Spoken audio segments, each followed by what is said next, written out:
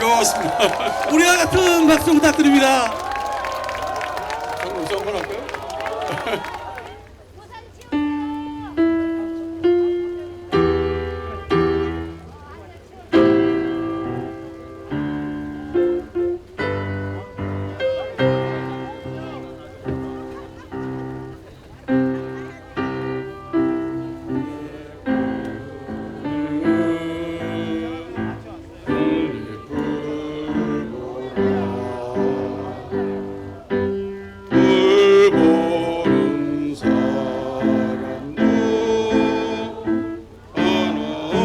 하나 없는데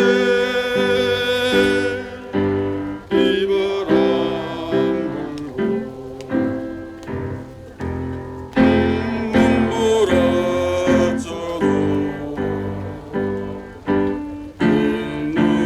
눈물이 끝까지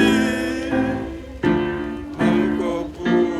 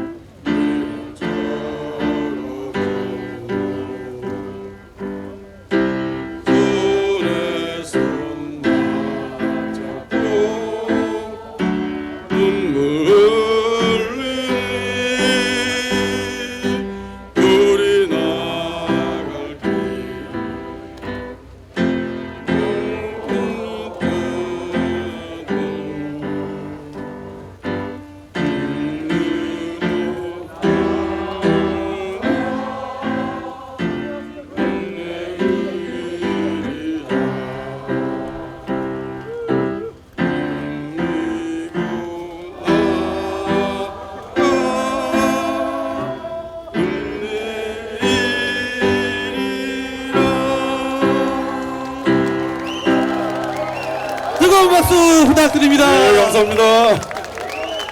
대단하시죠? 이 우중에 오늘 우리 참석한 당원들과 시민들께 이 공연의 모습 보여주기 위해서 정말 노력을 많이 하셨습니다. 피아노 얼마 만에 쳐보신 겁니까? 한 40년 됐습니다. 대단하시죠? 40년 만에 이 정도의 실력입니다. 예, 부드러움 속에 강함을 갖고 있는 우리 이종걸 어느 대표께 뜨거운 박수 다시 한번 부탁드립니다. 하나, 둘, 셋! 자, 이 분위기를 계속해서 우리 새치민주연합을 이끌고 계시는 문재인 당대표를 모시고 예, 역사 교과서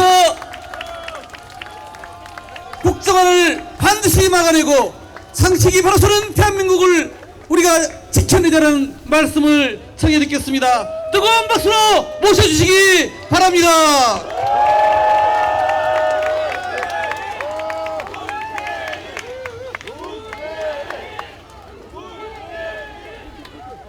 예, 서울시민 여러분 반갑습니다. 지난번 문화제 때도 엄청 추웠었는데 오늘도 날씨가 아주 굽습니다. 역사국정교과서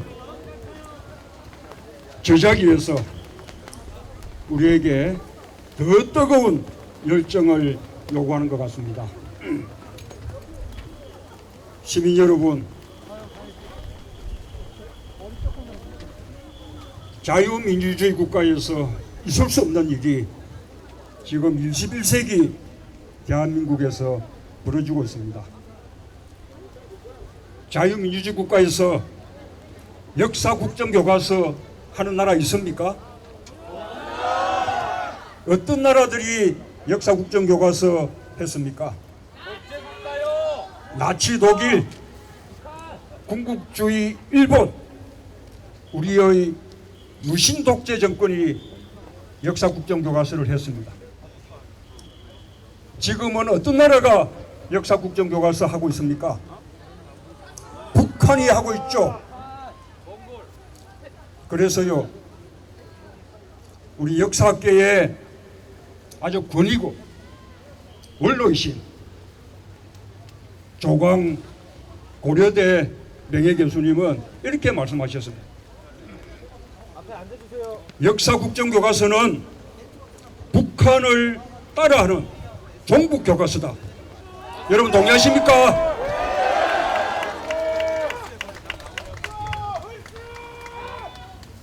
며칠 전에 황교안 총리는 담화에서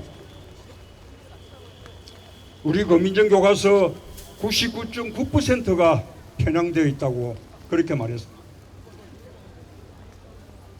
우리 검민정 교과서들이 우리 아이들에게 김일성 주체 사상을 가르치고 있다고 말합니다. 여러분, 만약 그 말이 사실이라면 누구 책임입니까? 검인정 합격시켜준 박근혜 정부 책임이죠. 이명박 정부 때부터 박근혜 정부 때까지 국사편찬위원장을 하셨던 이태진 전 위원장님 말씀에 의하면 지금 검민정 교과서들 검민정할 때 청와대 교문수석실에서 그 교과서들을 다 가지고 가서 열흘간 검토했다. 이렇게 보도된 거 보셨죠? 그렇다면 누구 책임입니까? 박근혜 대통령과 박근혜 청와대 책임 아닙니까? 박근혜 대통령과 박근혜 청와대 그리고 박근혜 정부 모두 국가보안법 위반으로 수사받아야 마땅하지 않습니까? 박근혜 대통령과 김무성 대표는 우리나라 역사학자 90%가 좌파라고 그렇게 말했습니다. 황교안 총리는 우리 교과서 99.9%가 편향되어 있다고 아까 말했다고 말씀드렸죠. 저는 이런 말들을 들으면서 이런 생각이 들었습니다. 대한민국의 90% 또는 99.9%가 틀렸고 10% 또는 0.1%가 옳다고 이토록 확신에 차서 주장하고 있는 이분들의 정체는 도대체 무엇인가? 여러분 어떻게 생각하십니까? 적어도 일반 국민들의 상식과는 거리가 먼 분들이죠. 이분들이야말로 아주 극단적으로 편향되어 있는 분들 아닙니까?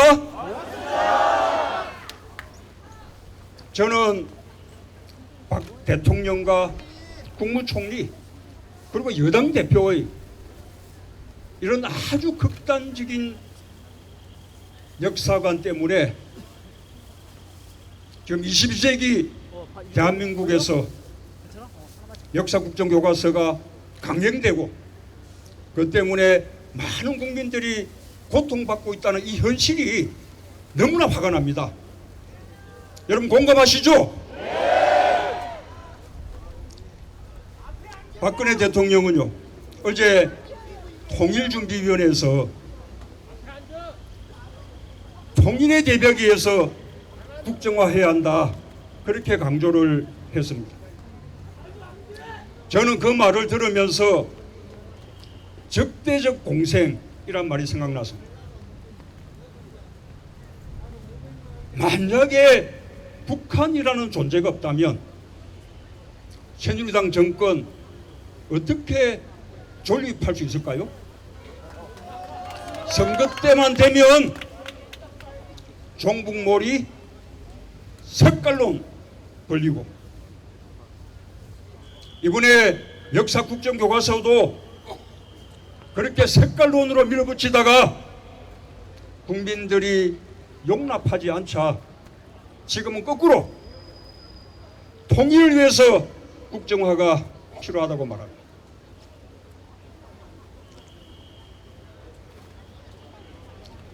김영삼 정부 때 통일부 장관을 하신 한왕산 부총리께서 책에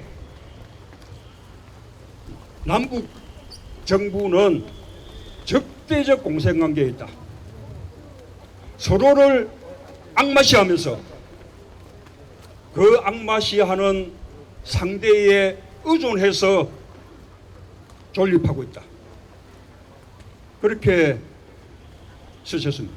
여러분 공감하십니까? 박근혜 대통령의 아버지 박정희 대통령이 1972년에 유신 독재를 선포할 때 그 이유를 통일에 대비하기 위해서 라고 말했습니다. 박근혜 대통령은 34년 전에 아버지가 했던 그 말을 그대로 되풀이하고 있습니다. 여러분, 역사 국정교과서가 통일과 무슨 상관이 있습니까? 서독이 역사 국정교과서로 독일을 통일했습니까?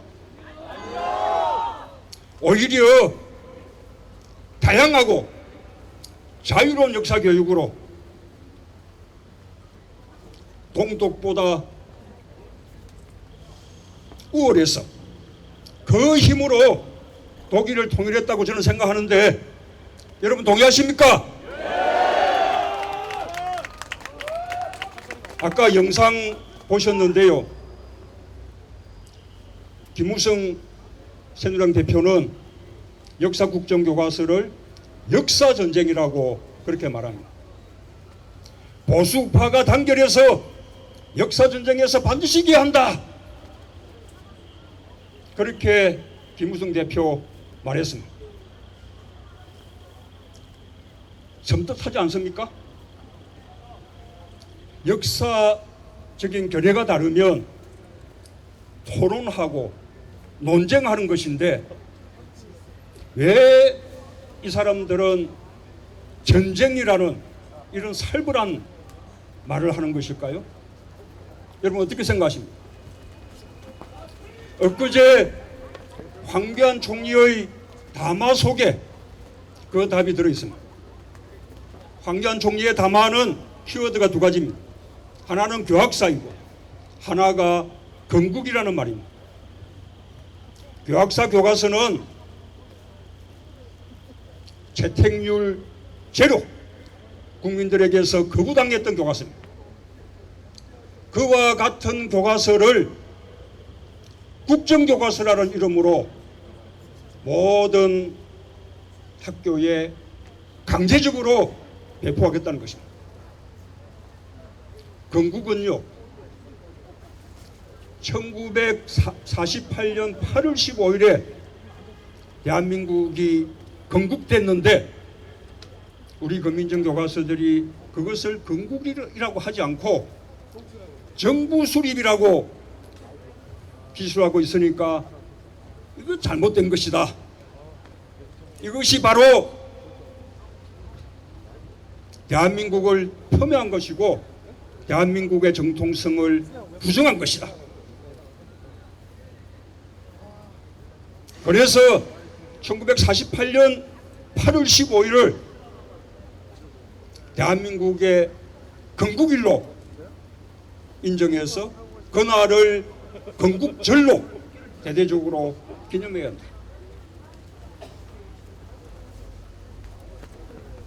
이게 그분들 주장입니다. 여러분, 대한민국이 1948년 8월 15일에 건국됐다는 것이 이게 옳은 주장입니까? 우리 헌법을 정면으로 부정하는 반헌법적인 주장이고 대한민국의 정체성과 정통성을 부정하는 반국가적인 주장이고 북한을 이롭게 하는 바로 이적행위입니다, 여러분. 우리 헌법은 우리 대한민국이 임시정부의 법통을 계승한다고 그렇게 명시하고 있습니다. 재헌헌법은 더 분명하게 전문에다가 규정을 했습니다. 대한민국은 기미 독립운동으로, 그러니까 1919년 3.1 독립운동으로 건립이 됐고 재헌헌법으로 민주 독립국가를 재건하는 것이다. 그렇게 전문에 분명하게 기술했습니다. 이렇게 대한민국이 1919년 3.1 독립운동으로 건국이 됐고 지금 우리 정부가 임시정부의 법통을 개성하고 있기 때문에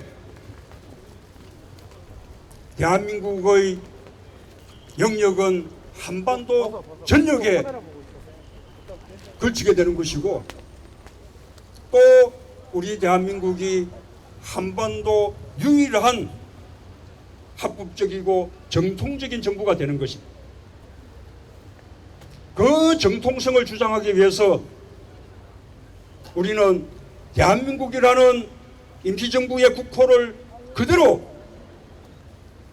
가져왔고 태극기와 애국가, 국가의 상징도 그대로 가져왔습니다. 우리 1948년 8월 15일 정부가 수립된 이후에 9월 1일자로 첫 관보가 발행이 됐는데 그 관보에 일자를 어떻게 표기한 줄 아십니까? 대한민국 30년 9월 1일 이렇게 표기했습니다. 왜 대한민국 30년입니까?